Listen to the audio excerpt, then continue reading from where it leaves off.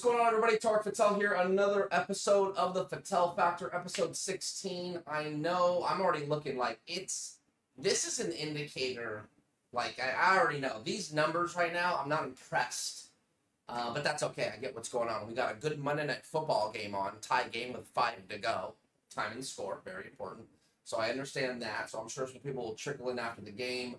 However, I just know there's less teams playing football. We're creeping up on Christmas. Like, I get it.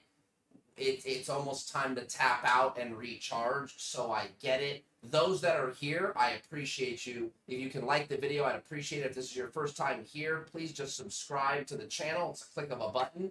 And I'm going to have Aram come on here in a second. I think tonight we'll actually keep it pretty... oh, hold on. That could be hold on. I like that. Someone said I sound like I'm in a cave. Watch this. That's going to change. This is going to change everything. Okay, that should be a lot different now. Thank you for saying something, Steve. That should sound a lot better. Because my mic was a little off. That should be better. Although I did change some furniture in the room, so the room is a little emptier, so there could be a little echo action going. Anyway, point is you can hear me. Thank you, Steve, for the feedback. You're like my producer. Anyway, that being said, I think tonight's show will be pretty, not light. Like, we actually have some content that's not necessarily light. We're going to talk a little Phillip Bell. I'm going to go back and show you guys some things that I learned a year ago when I wrote that story. Thanks, Steve. And then we're going to talk a little CIF State Championship. We got Santa Margarita. We got Rio Hondo Prep. We're going to talk some teams lost. Pacifica of Oxnard, you know, the non-handshake team, they're in the state championship, so we'll talk about them. And then maybe just a little bit of hoops. I want to share, like, we got Jason Crow Jr. He's going to be the all-time state leader in points on Tuesday against Beverly Hills at home. It's going to be a zoo. I will be there. He plays for Inglewood High School. He's a 5-star recruit committed to Missouri. If you don't know who he is, Google him. His highlights are really, really fun. He's a lefty, so that makes things a little bit interesting. So we'll talk about that a little bit. And then basically we'll just wrap it up. I just think today is just got to get it done and move on. We will have one more show next week. I'm calling it a holiday party. I've got a couple surprises up my sleeve for that. And that'll be more just kind of last show of the year per se. And then we will take a little hiatus through the rest of December. We got Christmas, we got New Year's, there's some holidays. We can take a little break and we'll come back strong in January with some more rumor mill stuff in regards to football, coaching, hires and fires, what things look like in the spring. And of course, the meat of basketball is in January as we head into the playoffs in February and the state championships in March. What the spring will look like, I do not know. We'll get to that when we get to that. Without further ado, I'm going to bring in my buddy Aram. I'm sure he's got something to say. Tarek, bro, we've been friends for a long time. Make the call.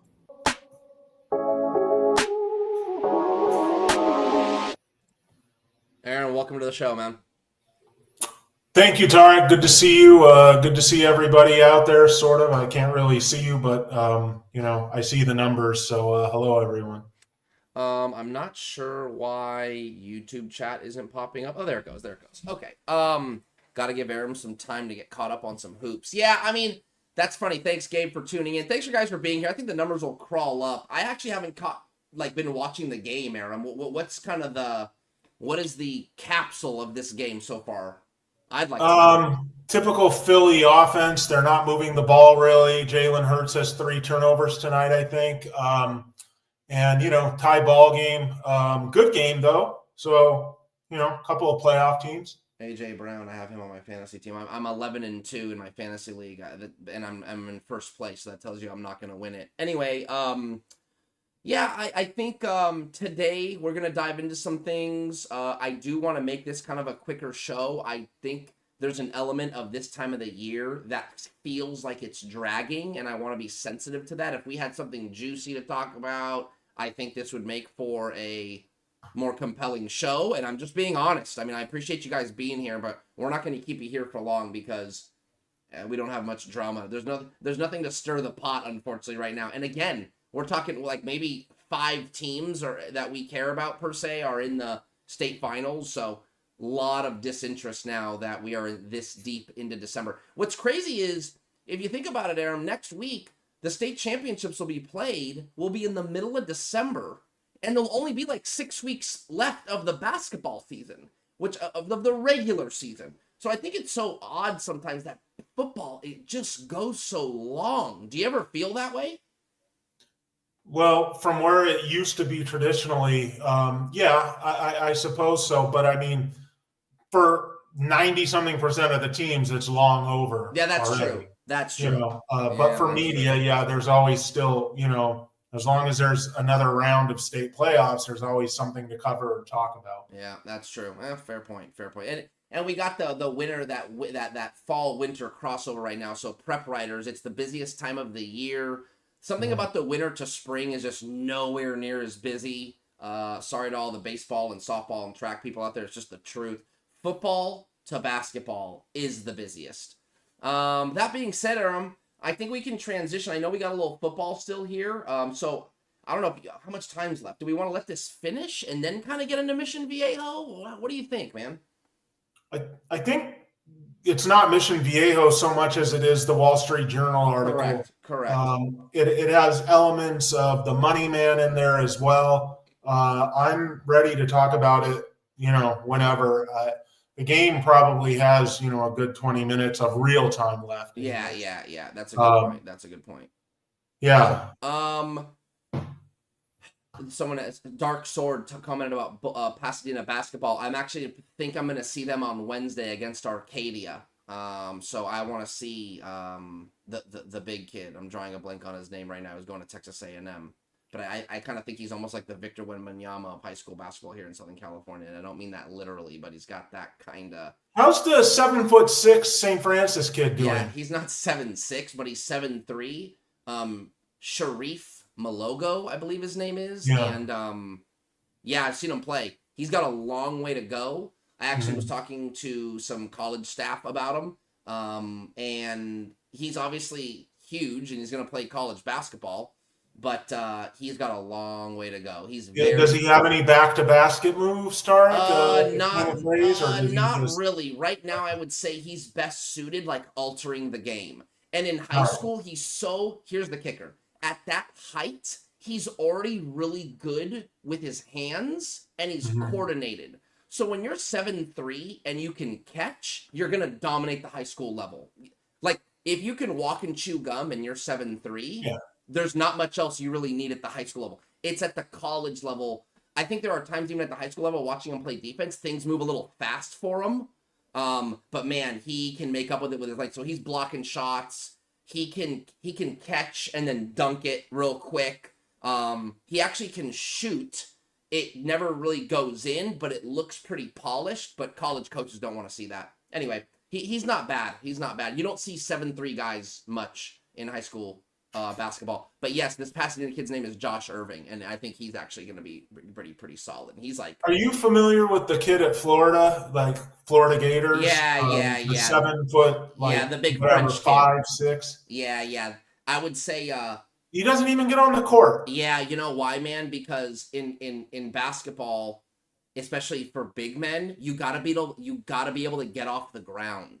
Right. So when there is aerial action in basketball, they always say first one off the ground wins. So whether that be a block, a rebound, a dunk. Now it doesn't happen all the time, but when you're slow-footed and you can't get off the ground and you're supposed to protect the rim or rotate on defense against 6'5", 6'6" guards that are really good and really dynamic, you're going to be late to everything and you just become more of a liability.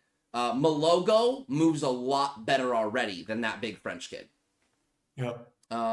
Okay, Phillip Bell. So if you want to go ahead, Aram, I think you should lay out the basics here.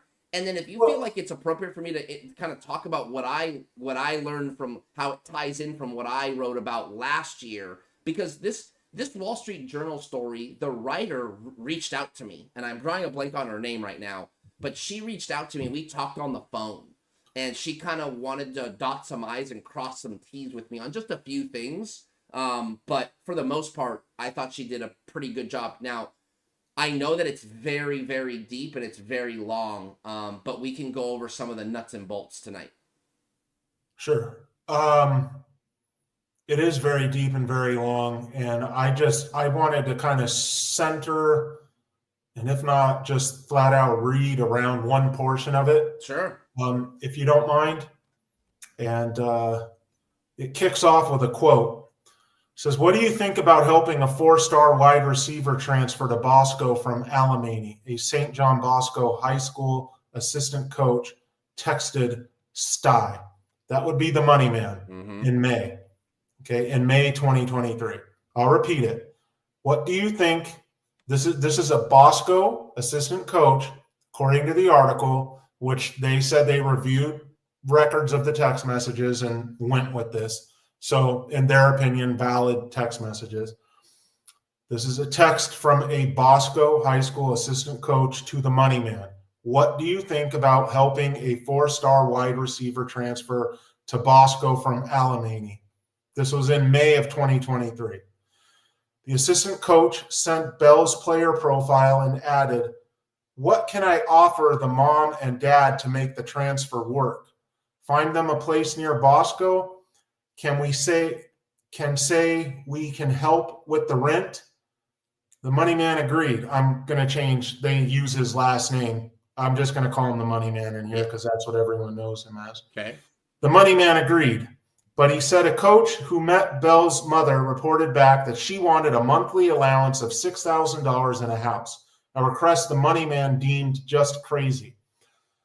Couple things here, Tarek. That flies in the face of what we were told, where he was kind of making it sound like on our show that he would wildly throw around 30, 50 grand, depending on the kid and the player. And now we see in this article, according to these texts, he's balking at a monthly allowance of $6 grand. $6 grand over the course of a football season. Let's say it's 4 months, 24 grand. Surprised he's calling that just crazy. Bosco's principal said in an email that administrators were unaware of discussions and didn't pay players. The next month, a lawyer for his father and grandparents, this would be Phillip Bell, sent a cease and desist letter to Mission Viejo's principal, warning school officials to not have contact with Bell and to notify his family of his whereabouts, according to a copy of the letter filed in court. A lot of this is public record, as you know, Tarek. Anyways, a week later, social media posts showed that Bell was playing for Mission Viejo in a 7-on-7 tournament. Near the field, it looks like it says Bell's father and uncle went to the school later that summer looking for him. Near the field, they encountered head coach Chad Johnson. "I want to be able to sit down and talk to my son. His mom just died. His mind is all over the place," Bell's father told him, according to a recording of the conversation. They have a recording.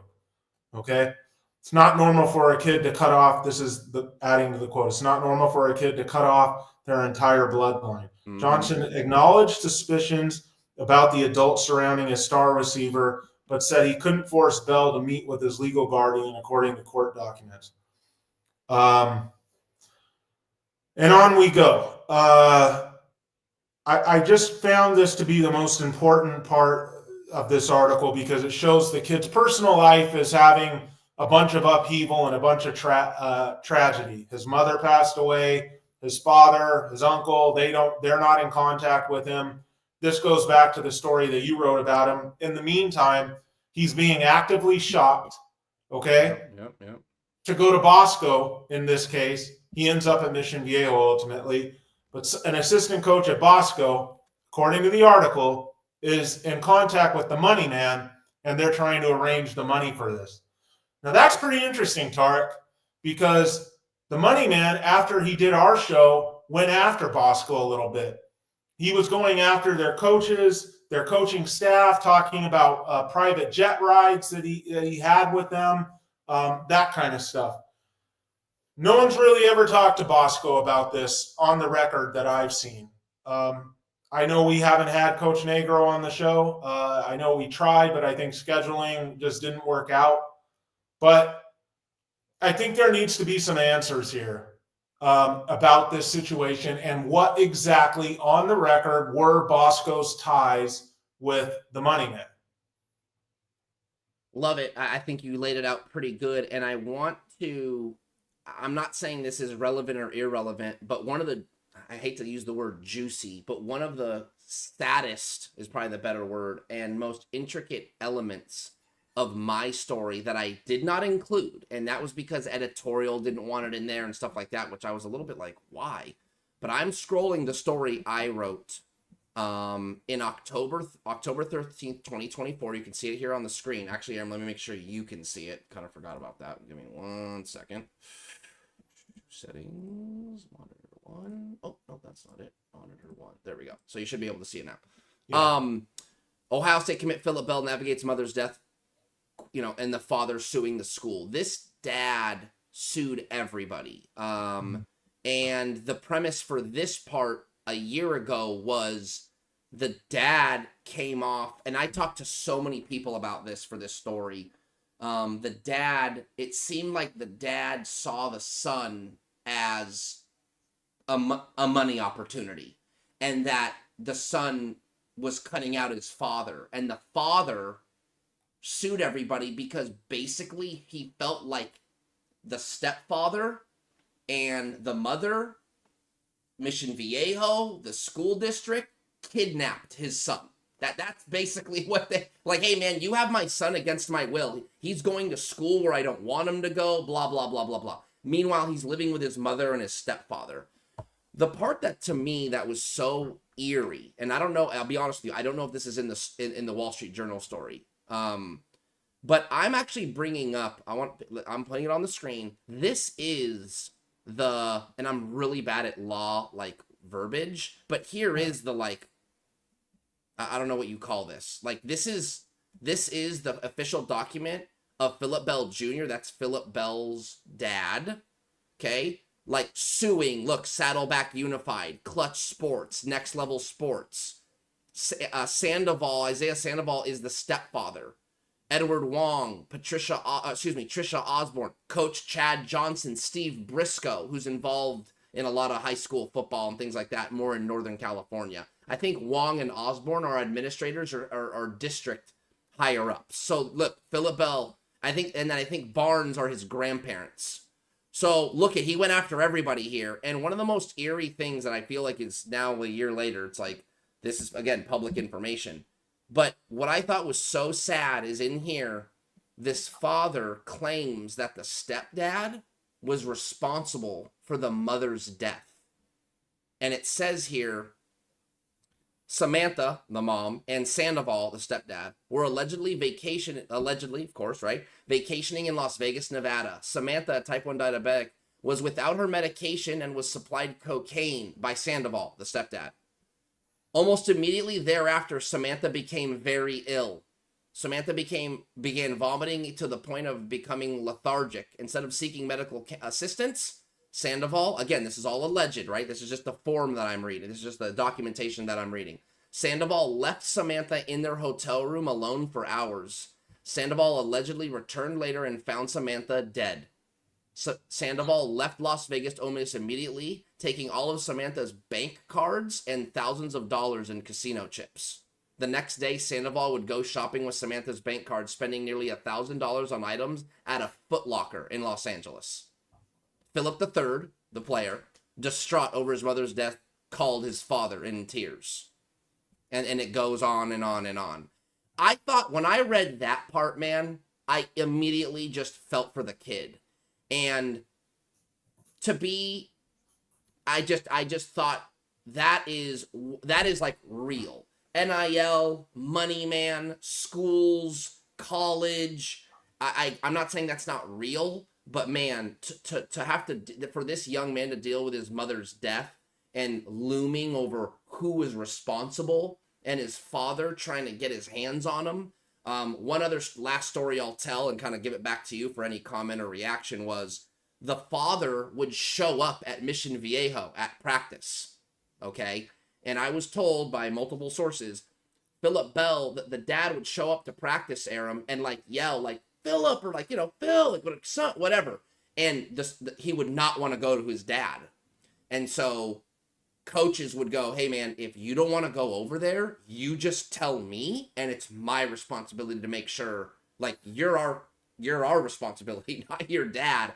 So stories of his dad coming to practice and the adults making sure that Phillip did not have to, like, go talk to his dad, feel pressured to do so. I think there was a story like like Phillip ended up like running off the field and like going the opposite way and like around the field or campus to get to the locker room. And it was a whole thing that this kid was dealing with. And so when this became public, I'm not saying I was proud of it, but I felt like, hey man, this is laid on me and I am going to do something about it. And so I went and I talked to that kid. And when I told Chad Johnson, coach, I'm going to come talk. I want to be on the up and up about this. I'm going to talk to Phillip about this. If he wants to talk with me, I'll do the story. If he doesn't want to talk to me, I won't do the story. And Chad said, deal, that's fair. I said, here we go. So I went down to a game. I watched them crush Chaparral. I went to Phillip Bell. I said, Phillip, I'd like a little time with you. I pulled him to the side. There was no one around us. And I said, hey, man, I'm familiar with what's going on. Your dad's suing the school, the district. I'm sorry about your mother. Would you be open to talk about it? Because I think this is going to get out there. And if you feel it appropriate or important, people might want to know what you have to say about it. And dude, that was it. He said, yeah, thank you. He actually said, thank you for asking. You know, here's what I have to say. And there the story came, man. So that's a little kind of like a year and some change later. Some of the things that I thought popped out to me in this document, what was going on and how I dealt with it and how I got to that story. And then now here we are with this Wall Street Journal. And there are names in there that are I would not suspect would be in that article. So he is currently at Ohio State. For people who don't know, I see some people in the chat. You know, I want to clarify that this article and what they're talking about is set in 2023. He's currently at Ohio State on the roster, which is very good. It's probably the best thing for him. And football, being involved in a football program and back to his high school days and now in college are probably the very, very best things for him. That's a second family, that's security, that's stability, even his high school program. So it's important to know that it's important to understand that had football been somehow not part of his life or taken away from him, given the circumstances of his family, and we all have some screwed up things in our family, things could have gone south for him. But be that as it may, the fact that this is more exposure, that there is a black market for players in high school football is very disturbing. Again, there just needs to be answers here. The money man was at Bishop Montgomery at least at the very start of this year, or the off season, this off season, and before things got blown up at Bishop Montgomery. Prior to that, there are people that say he was involved with the Bosco program. Again, there needs to be answers about that. And I would just advise the coaches, if they're ever going to talk about it, the Bosco coaches that are involved with this, if they're ever going to talk about it, to tell the truth. Because the truth is going to come out on this. So just let us know honestly, or whoever you talk to about this, there needs to be some answers on this. Again, I just read the quote again. What do you think about helping? This is from the article, a Bosco assistant coach texting the money man. What do you think about helping a 4-star wide receiver transfer to Bosco from Alameda?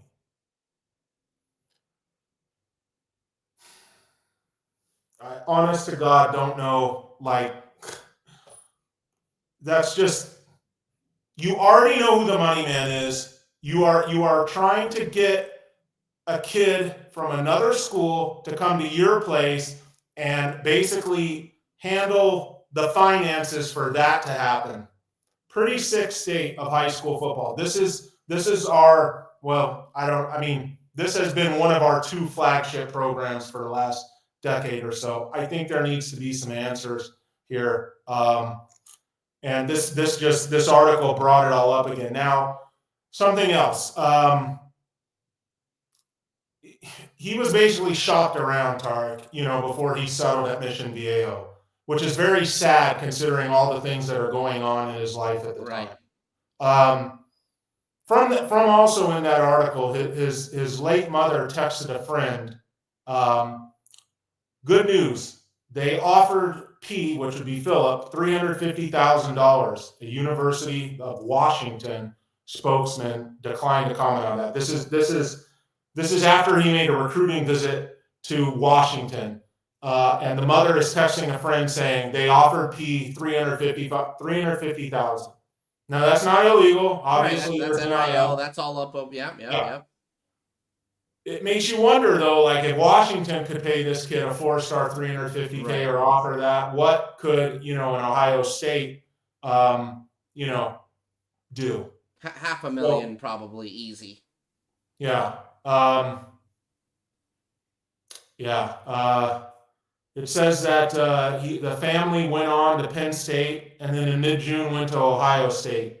The hotel room where Bell's mother and stepfather were staying was trashed, leaving an OSU coach with a bill for broken furniture. Dude, I never understand. I just can't understand that. Yeah, his high school coach later told relatives.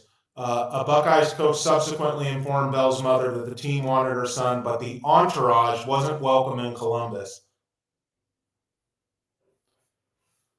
Obviously, he is welcome because he's on the team now. Right. But the mother obviously has passed away in that time. And I don't know, maybe that opened the door actually for him to go there. It's just ridiculous that a kid that has this stuff going on in the background, in his family, it's not really the background, actually, your family life. Meanwhile, these high school coaches, rather than like, hey man, what can we do to help this kid? This kid obviously has a screwed up home situation. What kind of support does he need? How can we help him? That we're calling the money man, trying to get him to transfer to our place and asking what he can do to get him there. Again, I think football needed to be part of his life and still does, obviously, and I think that will ultimately be his salvation, like it is for so many people. But what are we doing that we're also, on the other hand, actively seeking the money man's help to get him to our place? It's just such a failure of adults. It's just disgusting. The whole thing's disgusting. Oh man, whatever. I don't know. Does he play much? No, I don't think so. Okay. They're like the number 2, but number one team in the country. I get it. That's why I was curious. I know. It's unlikely. I just was curious if he. Hopefully he will someday. Hopefully he goes to the NFL. I'm sure you liked the kid and stuff when you interviewed him. He was very nice, and when I talked to him, it just seemed. It not even seemed. It's like, man, when something like that happens to you, you just have to kind of grow up fast. Like, you're a teenager and you lose your mom and the way you lost her, and now you have this big decision on your hands, and like you said, you're kind of being shopped. Sounds like he had to have known about it. He's probably knowing that people are benefiting off him, but it's like, man, I love football. I just, maybe there was people he had to still take care of at that age. I don't know, man, but that is a heavy way to go through life as a young person. But what is the money man doing? Like trying to bankroll this stuff? You're a grown ass man. What are you doing? Yeah, I don't know. I remember him kind of almost in so many words, just like, I don't know, admitting he's like addicted to it to a certain extent. It's like, yeah, man, like I just like doing it. I don't really, I never really felt like he had a rhyme or reason. He never even. You'd think he wanted to stick it to modern day. Yeah, that too. That's a good point. Yeah, I remember. That's a good point. That's a noble cause. Yeah, it's a good point because that is what he said. I wouldn't exactly say it's noble. Yeah, I know you're being facetious. No. I would say that, like, I would think he might, like, if he was being honest, though, this might be something he wouldn't say anyway, but like, yeah, man, if I can help these kids now, maybe, they can help me later on, and I actually believed them when we asked him that, like, hey, man, what do you get out of this? Are you hoping that if they go to the NFL, they kind of come back and take care of you or something? And he was like, no, You know, and I kind of believe him. Did you like, it's like, I don't think he's really in it for that. I really don't. I mean, No, he I asked loves him it. about that. What's the return on investment? Yeah. He's like, just like trying to help kids, yeah, trying to stick it to the privates, blah, blah, blah. It's like, all right, man. Like, Yeah. so casual, very, very, very odd. But look, it's an interesting story. I need to actually read the whole thing. I'm not gonna pretend like I have not read the whole thing. I've gotten sent bits and pieces of it. You just kind of got reading about it. I already kind of knew some of the football high school parts of it a little bit. I can't exactly say I knew he was being shopped. Now, obviously, we know he was, but I just knew about the ugliness on the backside of all of it. And I felt that was deep enough. And so that's what I wrote about. And I allude to his mother's death. I allude to everything he's trying to do as a young person and how, yeah, man, that dad was making things not better, I don't think. So Yeah, the go person ahead. that's saying that, please get Aram a microphone, I'm no longer taking blame for this because sometimes I sound completely fine and other times I don't. I think it's something with the software. I Every time we get a complaint that something's wrong with your mic and we watch the show back, we're always like, oh, you sound fine. yeah, it So wasn't that bad. yeah, I don't know. there's no there's only one person saying it. Yeah, but maybe everyone's just so sick of it that they don't even bring it up anymore. But I do want to say, Tarek, that, Sandy tweeted this story 3 days ago, and the Money Man replied in the Yeah, comments yeah. saying, I never met the young man or his mom. Real facts. So, But that doesn't mean he's not involved helping, obviously. sure. Yeah, like, hey man, we need help with a guy. All right. So see, look, this guy, look, you sound fine, Aram. Don't trip. Yeah, I agree. So I don't worry about it, Aram. That being said, I think we'll kind of switch gears. I do want to get this show moving. I think we can talk about this all night long. Go check out the article, Wall Street Journal. It is good work from Miss Harriet Ryan. That's who the lady is. She used to write for the Times. He said the echo tonight seems to be worse. I don't know if that's true. Aaron, I think you sound fine. That being said, I think we'll switch gears. What do you think about maybe diving into a little state championship stuff? We'll keep it pretty simple. I'm going to switch over to these final scores real quick. And then we'll talk about, I think we'll at least talk Santa Margarita, De La Salle. I think we talk Rio Hondo Prep too. But yeah, Los Alamitos went down. Cathedral Catholic beat them. That's going to be a great final for anyone that cares. Cathedral Catholic versus Folsom is that championship. Oxnard Pacifica, I think that was an impressive win, Aram, because Granite Hills beat Lincoln. And we all kind of know Lincoln's not no pushover football program, though maybe they were a little down. La Habra got beat. Rio Hondo Prep, without No Opinionary again, beat Santa Fe Christian. Ventura beats Arroyo Grande. Carson from the city section lost. That's crazy. They were, looks like a couple points away from a state championship. Beckman from Orange County gets the win. Southgate, another city section team, they lose. Valley View loses. Grace Brethren, we followed them a little bit. That was kind of an interesting story. Having no program, going to 8-man and now 11-man. They win a CIF title, but they lose to a team in San Diego. Woodbridge beats another city section school, so the city section goes 0-3 in the regional finals, and then 0-4. South El Monte beat Santee 56-7. So, I don't know if we necessarily need to break down like the X's and O's of De La Salle, Santa Margarita. However, I would like your take and let's talk about Santa Margarita and what accomplishing a state championship in year one for Carson Palmer, like, how does that read? And what do you think happens to the landscape of high school football down south if he pulls this thing off? I don't know if there's a power shift, Tarek, but I think there is like a leveling out. I think that's already, happened now that they've won CIF. I don't know that, again, that all of a sudden the Mater Dei and Bosco domination is flat out over. I also don't know if there's room for three. Maybe there is, but I think there's like a leveling out now where Mater Dei and Bosco are clearly not as dominant. Santa Margarita is a new player. We'll see, what Fafita can bring in, and I'm not talking about the DC we'll see like what they can bring in as far as you know, new talent next year. Because they're going to lose a stud like Mosley. The QB, I believe, is gone too.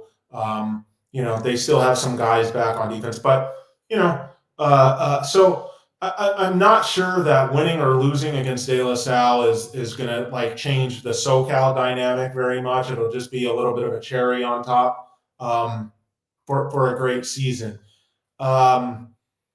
De La Salle, by the way, everybody, has not won state since 2015. Obviously, we knew them as this dominant force in the early 2000s, 90s, stuff like that. They haven't won state since 2015, but they've had 7 opportunities since then. Not several, but 7 opportunities since then. And we'll see if they can get back on top. I don't think this is the monumental task that it's been for NoCal in the last few years. I think, Santa Margarita is the favorite, but, not ultimately unbeatable. As far as Rio Hondo Prep. 100% agree, by the way. De La Salle can totally win the game. Yes. Yeah. Agreed. Yeah. As far as Rio Hondo Prep, there was an interesting tweet today that I retweeted, and, it got our guy Sherm a little pissed off. I kind of don't know why, but whatever. From a assistant coach at Pacifica, and this is Oxnard. This is the Pacifica in Orange County. Oh, okay, yeah. And I appreciated this. This is from one of their assistant coaches, and I've retweeted it, so anybody that follows me on Twitter can see it. So still not on the Rio Hondo Prep bandwagon. In my opinion, it's more of a scheme thing. They run it very well, but from what I've seen, defenses aren't playing it well on a player technique level. Just keep going underneath the blocks and continually losing edges. He's talking about what the defense is doing wrong. They keep going underneath the blocks and they're losing the edges. Losing their square at the second level and getting pried open by good blocking pass. Good play calling, timing on play actions, as well, plus an undisciplined eyes in the secondary, meaning their secondary kind of sucks up thinking it's run, are leading to big passes, which is true. It's like Rio Hondo Prep kind of body blows you with the run and stuff, and then they put a pass in over the top, and you're so kind of used to getting jabbed on that you overreact and somebody's open deep. This isn't some magical, unsolvable puzzle, the coach goes on to say. It just requires defenses to be disciplined and consistent. Now, that's kind of a lot of what we talked about in our spaces, Tarek, that they're running an offense, and I think Coach Carson even said the same. They're running an offense, at least stuff on offense. This doesn't solve how great they are on defense, which is, half the battle for them. They're fantastic on D2. But this kind of goes back to what we're saying about and what Coach Carson said about their offense. It's unique in the sense that a lot of high school teams don't see this style. So with 1 week to prepare, it's hard for them and their players, and they probably don't enjoy defending it either. People kind of want to play 7-on-7 on grass or artificial turf when it comes to the pads being on, because that's kind of what they've played all off season. But when you got a team that's not doing 7-on-7 stuff against you, like Rio Hondo Prep, not exactly fun, not exactly what these players are kind of styled to do. I just by the way, he's saying, coming from a coach who was 9-4 this year, I don't think he's an expert on how to stop another team. 9-4 is a good record. I don't know. I thought that was interesting. And basically, I'm to the point where I don't want to hear anybody, I don't even think Rio Hondo Prep does hear them kissing their ass anymore. I now have moved on to, yes, I've acknowledged they're great. Everyone has repeatedly, and it's awesome, and it's great, and I hope they keep it rolling. And I love the story and all that stuff. I've moved on to, I want to know how this is happening. And I like that this coach comes on and kind of takes a stab at it. I just think that's good insight, One, I don't know, might be something I do. I'm surprised maybe Fred hasn't done it. I know I think it's probably time for something like this. My buddy Jack Paulin out here in the Valley, who everyone's generally familiar with, like on Twitter and stuff like that, he goes, 3 straight CIF championships with only that many kids. He goes, enough is enough. He goes, someone needs to go to school for a day there and do a story. And I thought, you know what, what's it like to go to school there? What are they serving for lunch? Like, just get a pulse. Like, how is this little machine churning out 3 straight CIF championships at different levels, higher levels every week? Like, there's, and so I just thought it was a funny, like, yeah, man, just spend a whole day there and just get what is going on over there, And I thought, yeah, that would probably be a good story, whether it happens or not, I don't know, but I thought that was good insight. Because it is, to your point, you're moved on to ask, like, how does it keep happening? I was at their state final last year and they lost to Vanden and it went into overtime. Anyone could have won that game. And this year they are playing Sonora, who is also undefeated. So Saturday at Saddleback is going to be really fun. It's Sonora and Rio Hondo Prep at 11:30. Then it is Pacifica of Oxnard versus Central East of Fresno. Okay, Oxnard Pacifica is 15-0. Central East is only 13-1. So of the 4 teams I've just listed right now, there are combined 1 loss. And then of course that game's at 3:00. And then there is the 8:00 game, De La Salle Santa Margarita, man. So that's at 8:00. That's gonna be. Pacifica's awesome, man. That's the the Oxnard one that Coach Moon, came on and talked to us about. They're awesome, man. They are. That's a hell of a team, man. Did you watch the Granite Hills game at all? Is that what? Or no? Some of it, yeah. I mean, they're just. I don't know what to say, dude. They're just awesome. It looks like the Chargers just won. Yeah, it was final 22-19 for those. Boy, the Eagles, man, I tell you. Anyways, I don't mean to shift back to Rio Hondo Prep. I just thought some of the other comments in what this coach tweeted were pretty interesting. The tweet has 14,500 views. Our guy DK uses the target emojis. Says defenses, alignments versus them are extremely unsound. Example, they go unbalanced or even tackle over unbalanced. And the defense doesn't adjust its numbers according. They run crack, pull pitch, and the defense is 2 guys short. Beat by numbers, no chance. Another coach. We'll get this. He coaches with the OC Buckeyes, Tarek. So your 2-time national champ youth football program says it's the facts. It's the fact that so many teams run spread offense only that a lot of coaches forgot or don't know how to stop it. Luckily, coaching at the lower divisions, you get it all. Flex bone, wing tee, double wing, veer, and spread. That's just preseason. So that's an interest. So that goes back to this is not, your typical offense that your kids are used to defending. And then Rio Hondo Prep, obviously, their play calling by their coaching staff's extremely timely. Their kids are extremely savvy. I think they do a lot of stuff in game when they see stuff on the field, and then their execution is just flawless. I mean, the kids, damn field blocking. Everyone's doing their assignments, which is hard, man. It's hard to get everyone on your team to do their assignments. Funny how our numbers went up when this game went finals. People are sick. You can multitask. No problem. Or maybe people started, everyone's talking about Bosco and the money man again. They can always, that's the thing. Rewind. People that are that interested, you can literally rewind now. You can go back and watch it now, or you can just wait till it's over and go back and watch it whenever you want. Yeah, man, I'm excited. I don't think I'll go. I think Friday I'll kind of chill. I don't really plan on going anywhere. I might catch a basketball game or something, but Saturday I will be at Saddleback all day. That'll be a long day and a long night because I live in the valley and Saddleback is deep in Orange County. Excuse me. You're going to do that, huh? Wow. Yeah, I mean, I did it last year. I did it last year. So, yeah, man, it'll be a long day, but it'll be fine. I'll get some food and there'll be food there and you just chill, watch games, kind of make it your office for the day. They do stats. So maybe you do other work and you just kind of, you watch. And if anything good comes up, you write about it. That's how I do it. That's how I approach it. I'm not necessarily one to go there and write gamers, but if something comes up, I will cover it on social, and then depending on what I see as an angle, maybe kind of a follow up when the dust settles kind of thing. it'll be my last small California school with 80 boys wins state. It'll be one of those headlines that just absolutely kills every time I write it.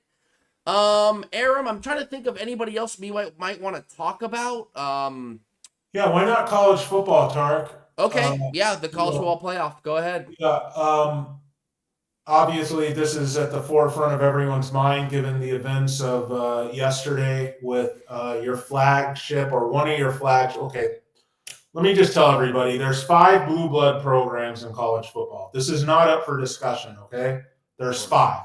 Are there other great programs? Yes, but there are 5 blue bloods, that's it. Ohio State, Michigan, USC, Notre Dame, and Alabama. That's it, okay? Yes, there's a nice tier below that. Your Nebraskas, your Miamis, and Florida States. I don't want to hear it, but that's it. When one of your 5 blue blood, flagship brands declines to play in a bowl game because they got left out of the playoff, which despite the horrible reporting on this leading up to this week, and the horrible job of the committee also leading up to this, kind of misleading people into thinking that things were locked in when that wasn't the case. You're talking to someone that bet Miami at 5-1 over the weekend, and Matt B and Brock can vouch for that. I was banging the table for them to join me in that bet, not because I thought Miami's a lock per se, but to me it was a coin flip between Notre Dame and Miami. And in a coin flip, that's 50-50. That's 100 to win 100. That's not 100 to win 500. So when you get 5-1 on a coin flip, you take it. And it just so happened to work out. So you have this dynamic where Notre Dame gets left out. You have this dynamic where the 12 best teams in the country are not in the playoff, okay? You have this dynamic where Duke is a unicorn this season and kind of blows things up by winning the ACC championship. You have this dynamic where JMU and Tulane somehow get in. You have these crap Group 5 teams that simp college football fans always every year. They just kind of drive by and watch maybe an hour of college football every Saturday, and they find out about some team having a dream season, some little school, and think, well, they should be included. No, they shouldn't. They get smoked on a regular basis. You have that happening. So this is just a confluence of events. And then it looks like I'm boring you, dude, which I'm sorry for. But no, I'm reading. I'm listening and just reading chat. You're good. I'm this totally is my life. No, I'm on. You're good. I'm totally listening to you. Yeah. Then, I don't want to say like this is kind of the capper, but Notre Dame's just response to this is just totally ridiculous. Now, you take all the things that have happened recently in college football, and I want your thoughts on this. How can I say this? College football is like a beautiful woman that keeps getting plastic surgery, and she stays beautiful. She's still very appealing, but it's like, she just keeps taking herself down a notch. But she's so far up there, great, that, it's okay. She's always going to be great. That's what college football is. You take the Lane Kiffin situation, you take this college football playoff situation, and now you have a Notre Dame, declining to play in a bowl game. And then the stuff that was going on today with Arizona State, with Kenny Dillingham, their head coach. Again, I don't know if you saw me tweeting about this, Tarek, but 3 of their top players have, probably more. Our guy, Adam Beadle, that we had on, who's an ASU guy, Arizona, area, whatever. 3 or 4 of their top guys hit the portal, and Kenny Dillingham is retweeting with quotes or with comments the tweets reporting these kids, leaving and saying stuff like, whoever's getting him is going to get a great one, or go on and be great. And I don't understand like how this generation moves, man. I really don't get it. Like, I use the analogy that this is your girlfriend walking out the door on you and you're cheering her on. He should just be quiet. I'm not saying he should talk crap about these kids. Right. But so do you think what he was doing is phony? You know what I think it is? Yeah, I do. I don't think he's happy to lose these guys. But I think it's phony in the sense that he's doing this because he knows this is how the game is played now. He's got to sit back and act like, well, this is just business, man. Easy come, easy go. and that's it. And maybe we'll get guys in. I kind of don't think so that are on that level. I just don't understand this, man. I don't understand how you can be so lax about it. I've never seen a coach get on social media when guys are leaving their program and sit there and like cheer them on. Okay, I hate to sound super simple about this. Isn't the answer that Notre Dame just needs to join a conference? Yeah, that's part of it, but Notre Dame doesn't want to do that. They feel they're bigger than all that, and why Yeah. wouldn't they? Because they have their own, sports network basically, and they hand pick their schedule. Tarek, they play, for the most part, bottom National level of leagues. national television every Sunday with right. It's still NBC. They still got the NBC contract, correct? Yeah. Yeah, I get that. I just always think to myself, aren't all their sports in the ACC? Yes. The ACC. Yeah, it's like doesn't it seem wouldn't I don't know, man, like I don't know where the broadcasting rights are for the ACC or if that's but like man, wouldn't you make and I know I'm speaking in very like basic terms, but it's like wouldn't you make an exception to have Notre Dame? I just can't that be worked out? But I guess you're saying that Notre Dame just doesn't want to do it. Notre Dame feels bigger than that. Yeah, that the ACC, that's nice that they want them, but they feel bigger than that. And how did that work out this year? I do think Notre Dame should be in. I totally think they are one of the 12 best teams. I think they should have been in over Alabama. The more of the crap that came out of this, committee thing is how does Alabama, given the last 2 weeks that it's had, life and death to beat Auburn, which the committee for some reason thought, life and death to beat a 5-7 Auburn team was like a good performance for them. And then they get smoked with -3 rushing yards against Georgia. How with those two results back-to-back weeks do they not fall? I for the life of me, I cannot understand that. Tarek, in the last 3 years, there's been 3 teams that lost their conference championship games. All of them fell in the rankings. This year, Alabama lost theirs, did not fall. Yeah, you think back to Florida State. Remember when Florida State lost and got left out? Yeah, when but they, I do remember like no quarterback, right? They were like they weren't the team they were like. I remember that too. The quarterback being a big issue. Yeah, he was injured. That's true. Like they were like not even close to the team that because I remember watching and they lost and it was so obvious that they clearly were not the same team. And I remember that being a factor. Yeah, I just oh man, it's so mismanaged. Football just all over. I mean, we talk about the Phillip Bell thing, just the stuff with high school, the stuff. Sorry again for boring you. The stuff with college. I'm sorry. I'm yawning, but it's actually no, it's not you, man. I've had a long day, but we're good.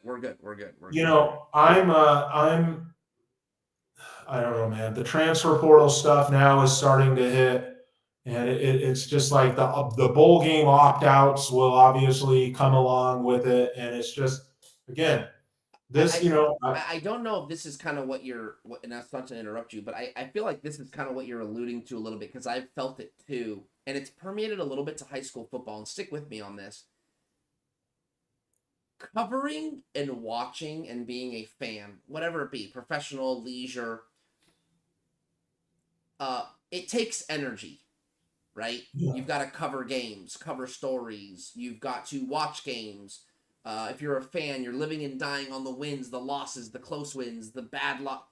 Okay, the portal and the drama and the money and the firing and the hiring and the coaching carousel is heightened at such a degree. I think to myself, as a reporter, the energy it takes to cover a football season on a general sense is already exhausting. To now cover these extra layers is almost like debilitating. And I think in a sense, that's kind of what you're talking about. There are so many things going haywire all at once. It's way more than just tracking wins and losses, who gets fired, who gets hired. It's who's leaving, when are they leaving, why are they leaving, how much money are they getting. The Lane Kiffin and the timing of it is mind-boggling. Now it's great theater and it's great drama, but to follow it down the rabbit hole is exhausting. High school football level, the money man thing, the money man story, and then constantly checking that CIF website for who's under review, who's incomplete, who's eligible. Yeah. That is an extra layer, if you want to call it fandom, if you want to call it reporting, right? If you want to call it just keeping track. If you're a coach, think about the extra energy it takes to not just get transfers now, but God, to just pray that your kids get cleared, and not just get cleared, but are cleared for the rest of the year and don't get retroactively deemed ineligible. And then you This is forfeit high school, yeah. the extra energy it takes to try and keep it all together. It's like, it's like when you're bringing groceries in from the car and you've got stuff under your armpit and you're holding, and you're kind of like with your neck, and then there's one extra little maybe 12 pack of waters there, and you're thinking, I can get all this done in one trip, and you're gonna figure out how to do it, but you don't know, it could all come crashing down. And that's how I feel football, high school football, college even athletics is going, man. It is so layered. It's so hard to juggle. You don't know what's up, down, left, and it's just taking so much extra energy to try and enjoy it. It is exhausting. Yeah, it is. And I just, like I said, man, college football for me is like, my life. I work every Saturday, where I work, we televise it. I watch all the games. Um, you know, I'm emotionally and financially involved every week. And it's just getting like progressively worse. It's just, I just don't feel anyone's playing or coaching for the right reasons anymore. And yet still it's the best sport, you know.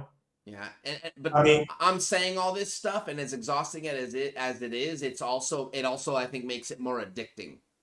yeah, and I will be hanging on every second of these playoff games coming up, and I'm excited as hell to see, what. I don't really care about Tulane or JMU, but what happens more or less like when we get to the New Year's games, because there's going to be some beautiful matchups, in the Rose Bowl, Sugar Bowl, Cotton Bowl, and Orange Bowl. And it's just, dude, it's like the feelings. Yes, I'm going to go back to another female relationship reference. Oh God. It's the feelings you get like when you're in a toxic relationship that you can't stop going back to. Yeah. You know what I'm saying? Yeah, you can't. Yeah, as much as you want to put up a healthy boundary, you just acquiesce to the toxicity. And you see all the problems. You see them. They upset you. It's hard to deal with. It turns you inside out. That's why you keep going back and you keep doing it. That's when you need therapy, man.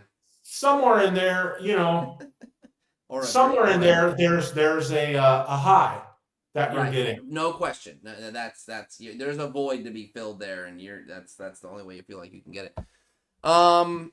Okay, Aram, and again, I think I promised the people that we would do kind of a quicker show. I do want to switch gears.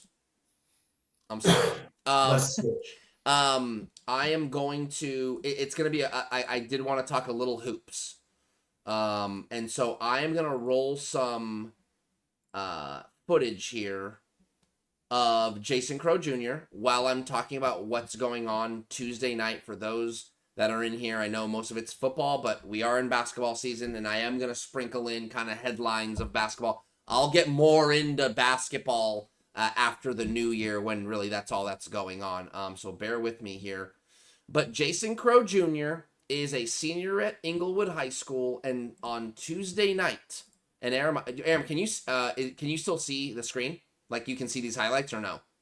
No, I don't. Yep. Yeah. I'll put it up. Stand by. I'll put it up. I mean, I'm watching our broadcast, so on a little. Yeah, but that's delayed. I'm gonna there. You should see them now. Yeah, there we go. I see it. I'm gonna start it over. Okay, so this is Jason Crow Jr., lefty guard, probably about 6'4", 5-star recruit going to Missouri. He was at Linwood High School for 2 years and was averaging like 30, 35 points a game. his first 2 years. Last year, I think he was about the same number. Now he's a senior. And guys, on Tuesday night at Morningside High School, again, this is Inglewood High School, but they're going to play a game at Morningside, I'm pretty sure. They are playing Beverly Hills High, and he needs 29, I believe it's 29 or 39 points to be the all-time leading scorer in California State history. And he's going to do it, if he does it on Tuesday night, which is likely, he's going to do it in 100 games. Tunde Yesufu from Santa Maria St. Joseph just broke it last year, and he did it in 127 games. So Aram made a good point before show. He goes, man, that's like a whole season's worth of games he's going to do it in, and that is pretty much correct. So, and by the way, these extra games, it's not like these guys, I hate, Linwood, I think his freshman year, they got to the state championship like in a really low level, like Division 5A, AA, it might have even been like 4A at the highest. This instance, like last year, I think even Linwood again in sophomore year, it's not like they're making these super deep runs where he's getting a bunch of these extra games in. That's really not happening. So I'm going to roll some footage here. And I kind of want your thoughts on him. I know you're a sports guy. I know you do watch basketball, but this is the kind of stuff he does, man. When you're talking about scoring that many points, he is no question a gifted scorer. And there's no question he's a talent, all that stuff. However, I just wish I would see him do a little more when it comes to that team aspect. And that is going to be low-hanging fruit because I think I'm not the only one that wants to see that. Let me get to these highlights. He is, as you watch these highlights, you will see, like there was just a turnover right there. You will see it is a lot of stand and watch and let him go type ball. I have watched him play live multiple times. He is extremely talented. He's very, very good. But they will play a team that just is a little more disciplined, doesn't play into their kind of helter-skelter game, and, you know, they have a hard time winning games. But man, he is so talented and really fun to watch. They score a ton of points. So, yeah, I just wanted to tell people that Tuesday night you can watch on NFHS. I mean, there's a rebound and a dribble down the floor. So this team, and again, I mean, it's just the truth. A lot of zero pass possessions, and I don't know if you like basketball. That's sometimes that's hard to watch. But man, when he gets going, it really is special. So he's going to be a 2 in college? Yeah, I mean he'll be a 2. Though I think there is, I think it's a little bit. He's not a point guard. I mean, I think if his dad was on here and he was saying, they could say, oh no, yeah, no, Jason could play point guard. I think he's capable of playing point guard, but can he really play the position? I don't know. I really don't know. He's such a gifted. You better try. Yeah, that's what, you know. So that's what I think. Again, being honest, I think that's what the critical at that. See, that's a nice little drive-in kick right there. But I think that's what people want to know. Like, can he play point guard and lead a team? Right. I don't know. We're gonna have to wait and see because I think there's gonna be chances at Missouri where I'd imagine that coach is gonna maybe experiment with that a little bit because he's super gifted, but there's a lot of volume to his game where he shoots a lot of shots, and you're just not going to get that kind of freedom in college. Yeah. Does he look like a 20-point a night scorer in the SEC to you? As a two? Okay, this is why I'll say yes. I covered. That's a great question, and thank you for asking it. See, that's just that. This is just some of his stuff's not quite polished. I watched a player at Sierra Canyon that I did not think would be that good. Okay, and you're gonna laugh when I say his name because he's got an NBA bloodline name. It was Scottie Pippen Jr. Okay, and he was a good high school player, high level IQ. Like, moved really well without the ball. Like, if a player was driving, he wouldn't just stand. He would drop to the line of the ball and make himself available for a jump shot. He would dribble to space where he knew he could draw a defender and kick. I mean, he was really smart basketball player. So was his dad. Yeah, there you go. So, but dude, maybe 6'2" on a good day, probably more like 6'1". He Right. signs with Vanderbilt, and I'm just going, okay, I don't know. Dude, now Vanderbilt wasn't very good when he was there, but this guy was scoring about 20 points a game at Vanderbilt, and now he's in the NBA. I just never saw it, and I got to give him his kudos. So, someone that's capable of scoring, given the keys to the car, yes, I could see Jason Crow Jr. having the ability to score at the college level. It doesn't matter the conference. He can do it. I just don't know how efficiently he can do it, and that's going to be up to the coach. Aram, I'm not saying it's like opportunity has a lot to do with how you can play your game.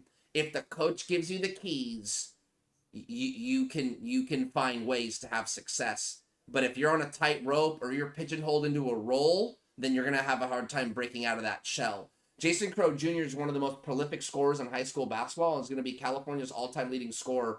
Yeah. He's awesome. gonna get to 4,000 points potentially, and no one will touch it, maybe ever. So someone like that, I'd imagine if you're gonna recruit him, you know what you're getting. So my guess is at Missouri, he's gonna have some nice slack on that leash. He's got a great frame, man. Yeah, he's long, he's rangy. Yep. Yeah. It's hard to say the guy that's going to be the state's all-time leading scorer has like upside, but like you said, there isn't quite the polish there, but that's probably coming, which is scary because he's already this good without it. And and here's another thing. He's young. I think he's still 17. I think he might have just turned 18. Yeah. Maybe. I know he's the young. Right college coach is going to the NBA. Say that again. That kid with the right college coach, and probably what I'm talking about is a college assistant coach that will work with him and polish him up. Probably not the head coach in this case. Is going to go to the NBA. Yeah. So here's a little bit more of like what would be like a highlight reel instead of like a full game, which we were watching earlier. He's and again, it takes volume. It really does. I'm not, it's not a knock. It just, he gets so much freedom. And by the way, for those that don't know, his father's the coach. Okay. Does he dominate like at his like travel club? Yes. Okay. Yes. He'll go to like Peach Jam and he'll go to that big time EYBL stuff and he'll lead the whole damn thing in scoring. Yes. Dude, this is like, I don't know what we're even talking about. I mean, this is like a kid that's already fantastic with, oh my God. Yeah. No, he's talented. A ton of upside are still to come. Yeah, there's no question. And he's talented, but the fair question is, how can all this translate to the next level? And so, of course, you get people that are really close to him. They go, oh, like he's a pro. He's going to be a lottery pick. I'm not saying that won't happen. But my job as a reporter is to go, okay, well, let's really look at what he can accomplish. I mean, there's so many players in high school that were big time scorers, and didn't really. I mean, look, one of the states, and look, I'm not comparing, but an example. Remember Jared Lucas? Oh yeah, of course. Yeah. Crow in the first game of the year broke his Southern Section scoring record. So Crow is already the Southern Section's leading scorer all time, and Lucas had it. So like, just because Jared Lucas, could score a bunch in high school, and by the way, pretty good college player, I think everyone knew, like, Jared Lucas isn't going to be like some NBA guy, right? Crow's got that opportunity. He can be a pro. And there's a difference between a pro and NBA player. He has a chance to be an NBA player. Can't believe Mizzou got this kid. Yeah, and that's a good question too. Look, he's playing. So this is Oakland Soldiers. So he's playing with Tyron Stokes and some of these better players. I believe that was Oakland Soldiers. And then this is I think Team Why Not. So he plays kind of for different teams, but these are the top kind of travel ball programs in the country. And yeah, man, I will say this: there is a skill to being unconscious. It is not easy. It really isn't easy. Like, especially if you don't start hot. Like, let's say he, starts 2 for 10, the ability to kind of just keep shooting and not caring, that is the skill. People think it's easy. It's not. It is not. I'm going to tell you something, man. I'm going to self-report here. When you started this, probably the first 8 highlights, I'm looking at the team that they were playing in white, seeing someone scoring, and I'm saying, yeah, all right, Tarek, he's good. But who is that guy wearing number 5 in green, or the black and green? And then I realized that's Inglewood. That's their colors, which I should have known. But again, I'm brain farting. I'm not in the flow. Yeah. And I was going to ask you, but dude, like, okay, like, yeah, this guy looks good. I thought he was on the other team. I was going to say, this guy looks good. Who is number 5 on the other team? Like, that kid's got height. He can, create his own shot. And this is actually who I was supposed to be watching the whole time. So, yeah, I guess I should have just pointed him out just to make sure. But yeah, this is Jason Crow Jr., number 5. He was number 5 in the other. That first video we were watching was kind of like almost. He was Washington Prep. Yes, correct. And so it was probably there were some misses in there. It was full game, which I do think there is value in watching that. But yeah, man, he's got all kinds. I don't know. So that when I was asking that, I was saying he needs to be a point guard in college because I'm thinking he doesn't have the frame to be a 2 and get a bunch of points. But now that I'm seeing him, he's definitely a 2. He's not a point guard whatsoever. Right. And well, there's questions though. Like I heard over the summer, it's like, okay, everyone knows Jason Crow Jr. can be a 2, but some coaches were wondering, like, can he be a point guard? So I think there were some efforts over the summer for him to show he could play point guard. No way. And people think and it's like, guys, just bringing the ball up and passing to the wing is not playing point guard. There's so much more to it. And so I think he's got playmaking ability. And frankly, I'm just throwing this out there, the best, like, when you are a threat to score and you can play the point guard position, you have all the tools at your disposal. Because most point guards are playmakers, but man, if you can make shots and you can play make for yourself, you are very, very, very hard to beat. And so clearly he can create a shot for himself. So look, Aram, a lot of really good players, even some of the best still. Okay, I'll give you an example. Klay Thompson, okay? Yeah. Great shooter, great player. Not necessarily known for being a shot creator for himself. He's a player that really thrives when other people can help him get his shot. So whether that be coming off screens, coming off pick and rolls, driving kick, on the wing. transit, right? Like, there's help within the game to get a player a shot, and then he becomes unbelievable, right? Then there's players that can create their own jump. They can create their own space. They can create their own shot. And Steph Curry is one. Paul George is a great shot creator. James Harden is a great shot creator. Jason Crow Jr. is a great shot creator. Yep. And so my point is when you have that skill and you're looking to play make, you're almost unguardable. What division are these guys in, and what's their rank like in your? If you do a SoCal top 25? Yeah, I do. So I've got Inglewood at like 12 or 13 right now because they really haven't been playing anybody. But they've never been in the open. I think last year they lost in the first or second round of Division 1. It's just the game, the play style becomes difficult to win. It's kind of cliche. We always talk about like how in the NBA, these teams that can run up and down throughout the season, and then in the playoffs, the game slows down and you have to play half-court offense.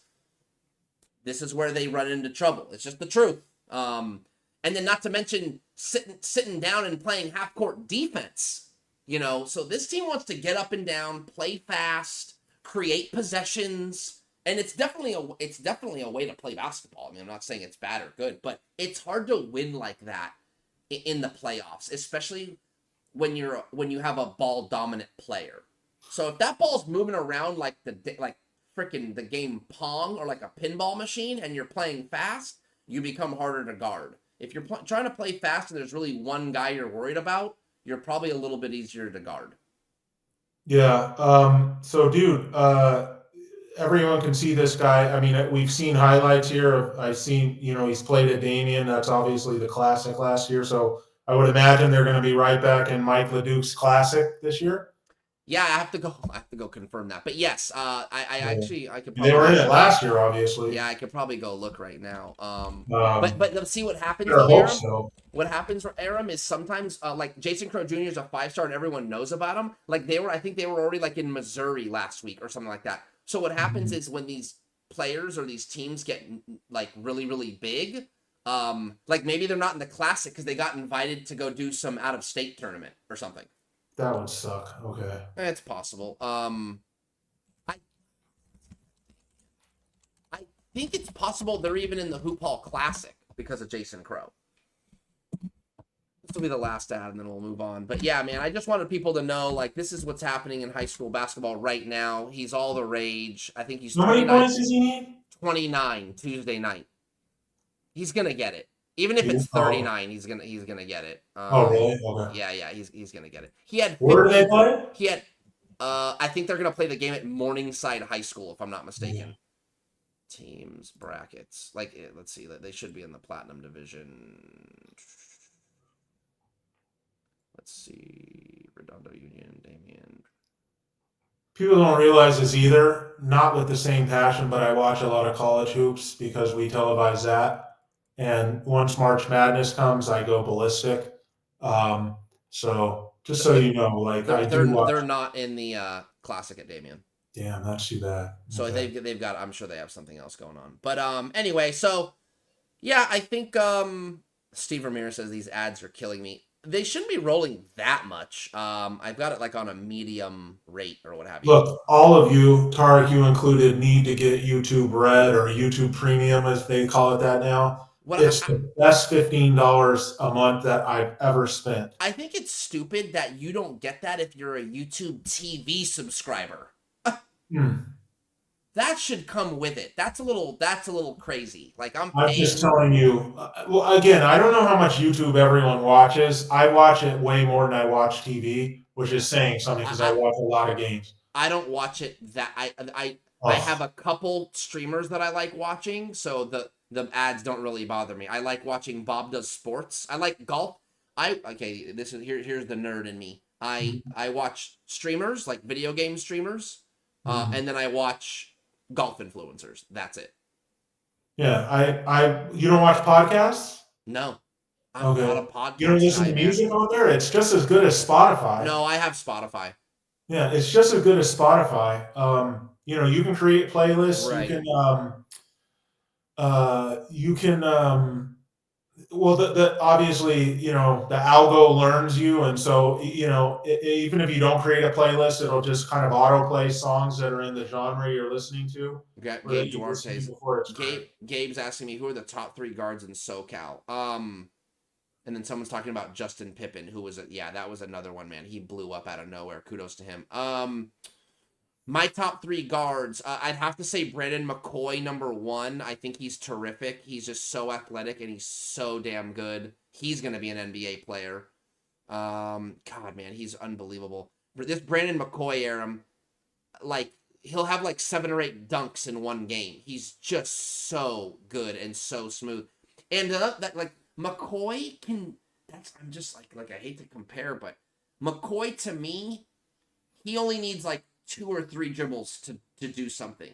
Where Crow, it's like everyone's kind of standing and watching him, dribble the air out of the ball. So that's another point that I think that in college, just know this for anyone watching, any basketball player, people out there. In college, when you're trying to make a move and trying to get to the basket or score, you get one move and maybe a counter, and then you pass it.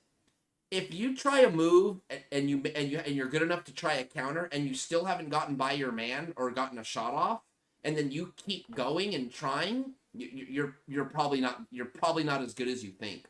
And so those guys that can get stuff done with like 2-3 dribbles is that's high level stuff.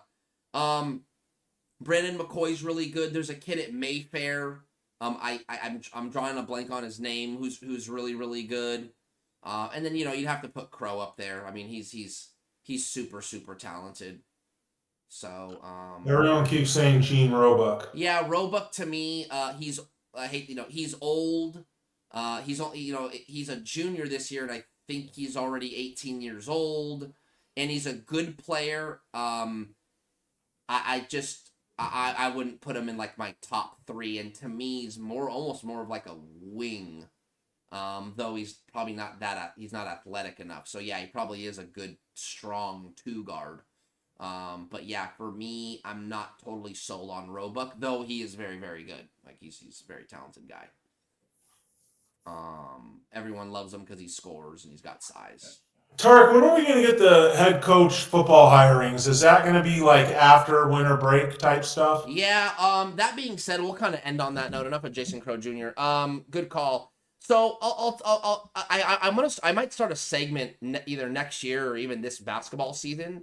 And it's going to be called What Tarek Learned, because I feel like there needs to be a segment where I'm like, okay, I've got information and I need to share this with people.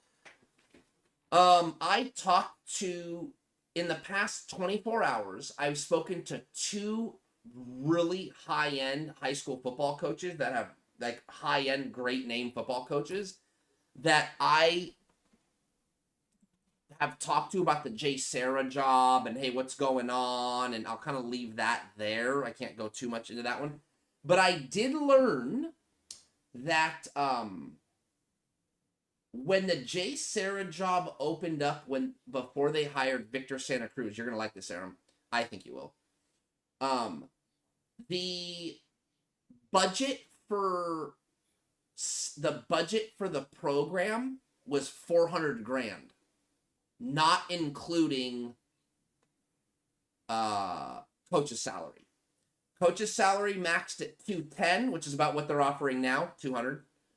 And then the budget for staff was $400,000, like staff and other things.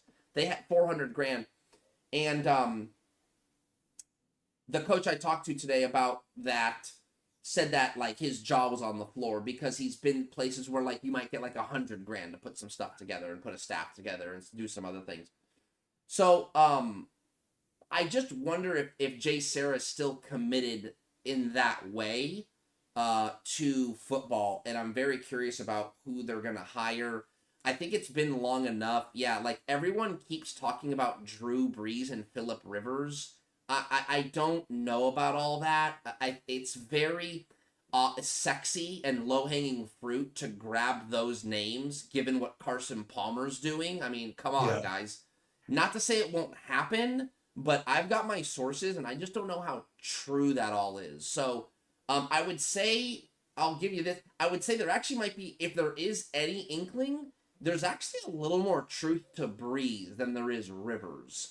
So I got to do a little more digging, but I'm very, very confident that I will be able to have that information. Like, I'll either have a story ready, I think I might even be able to break it.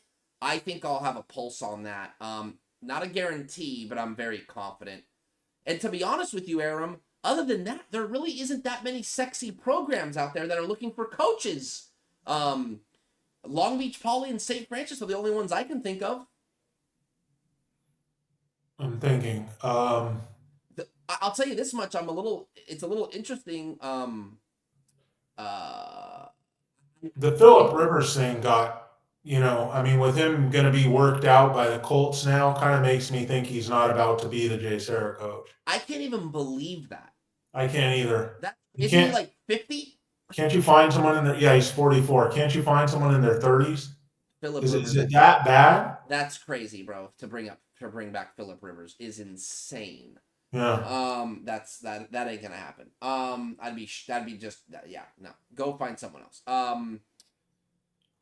The other game we thought, the other team that we thought was, or the other program that we thought might open up that I don't think it's gonna happen, man, because it would have happened by now, I think, is Oaks Christian.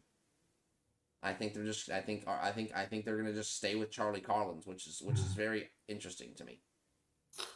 Yeah, so again, and maybe someone in the chat can help me with my dates are all screwed up because I have college football dates on my, like, this is when the portal opens, this is, when the playoff, whatever.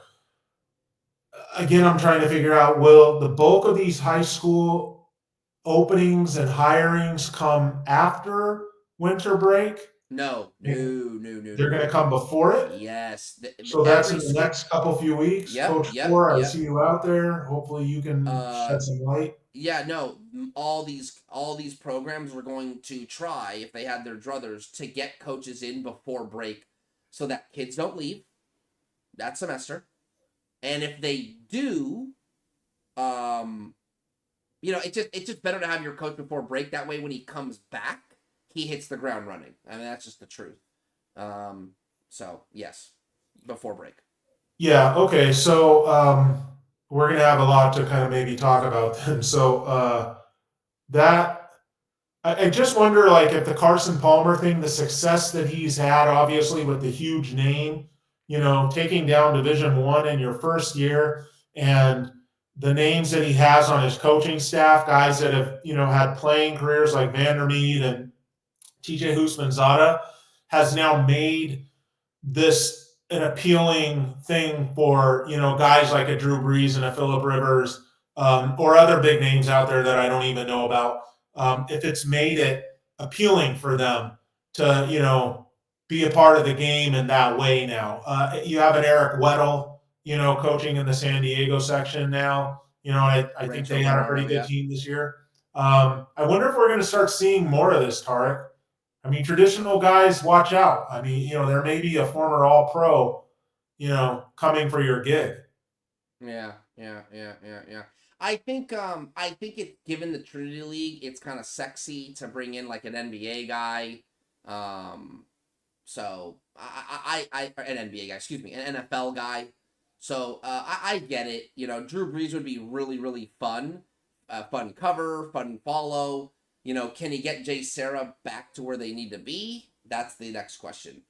Carson Palmer, to me, is an anomaly in so many different ways, but specifically when you get NFL guys coming to coach high school football, more often than not, it does not work. It doesn't work most of the time, guys. So Carson Palmer doing it, is really, really rare. And let's not pretend like this Santa Margarita team is some homegrown team. A lot of their players are transfers, okay, guys? So doesn't mean it's still not a good coaching job, but it is not some, like, ma and pa team that Carson Palmer whipped up and won the championship with, guys. So ease up on all that. Yeah. They had to move some pieces. So there's that. Aram, I think I want to start winding things down. Sure. I think we had a good show. Another Monday night. I hope that you guys can tune in next week, Aram. I don't know. Again, I know you're kind of a question mark, and that's completely fine. Next week, I'm going to try and basically do like a holiday party, guys, because next week is going to be the 15th, and then I'm going to shut it down the last 2 Mondays of December. It's Christmas, it's New Year. It's just, I think it'll be a perfect way. Championships will be over, state championships. We'll kind of review the year. And then I have a couple tricks up my sleeve for the holiday party. I think I might want to try and like get like as many guests in, like literally a digital holiday party. Like I think I might like do some type of like, I might have a door sound, like people knocking at the door and like, let's see who it is. And then like populate who it is.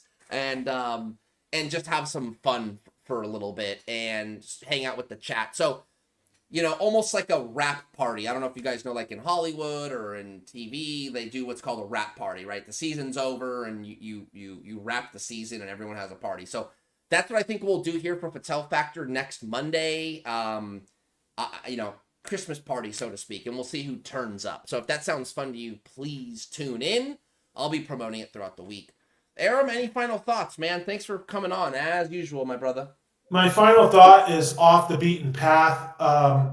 While talking and tweeting and voicing my opinion like everybody else about Notre Dame today, I think I ticked off our guy Mike Victor and prompted him to call me. Now, he's a little biased because his son is a Notre Dame commit, which is great. And in our conversation, he was like, kind of explaining away to me, like, why Notre Dame did what it did and why it's understandable. And then he dropped a bomb on me that, and now I'm going to go on my walk, about to go on my walk. He was about to go on his walk. I'm like, Mike, you walk? That's great, man. So off the beaten path, my final thought here is for all of you men out here. This is serious but fun. Get a 20-minute minimum walk. This is for especially the guys over 40. I love this. Get a 20-minute walk in daily. If you got to get your AirPods and go out and buy a new pair of shoes, do it. Get it. Go put your favorite podcast or your favorite playlist on.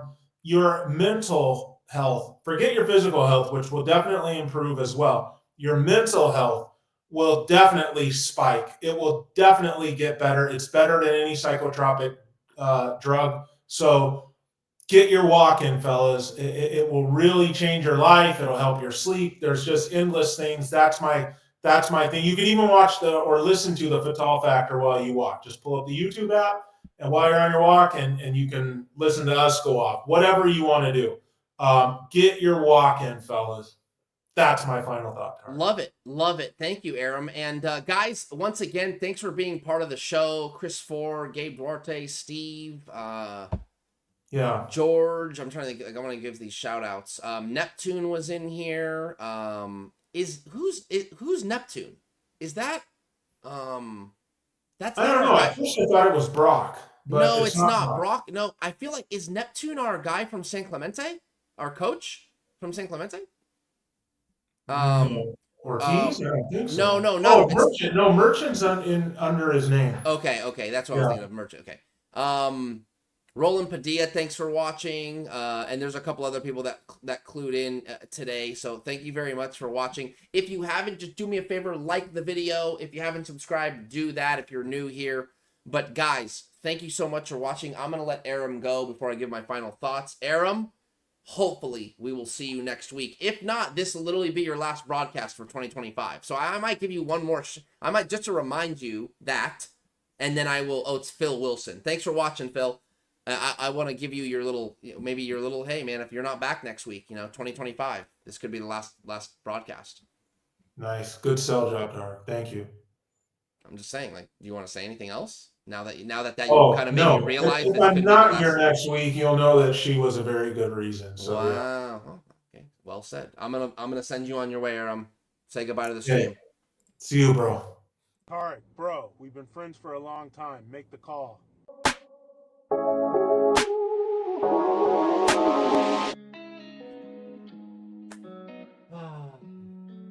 Kind of a quick show. Threw it together. Appreciate you guys watching. Again, I get the sense things are winding down, right? State championships around the corner. One more week of high school football, and then it'll be over for 2025. A couple all-star games that no one really cares about, if we're being honest. Guys, thanks for watching. I'm Tarek Fattal. This was another episode of the Fattal Factor. We talked a little hoops. We talked Phillip Bell. I mean, that's some deep stuff right there. We could have gone the whole show on that topic. But thanks again for watching. If you haven't liked the video, please do it. Tell your friends about us. We're growing. We're at 1,600 plus. Trying to get to 2,000, and we'll get there. But after all, overall, a great first season of Fattal Factor this fall. We got one more next week. It'll be a holiday party. We'll have a little fun. We'll keep it light as usual. And with that note, I will tell you, man, God bless. Be sure to be thankful for what you have, because it's important. We all need it, and life is hard. So we all need levity, we all need laughter, and we all need each other to get through it. Don't forget, you know the slogan, take the job seriously, but don't take yourself too seriously. Have a good night.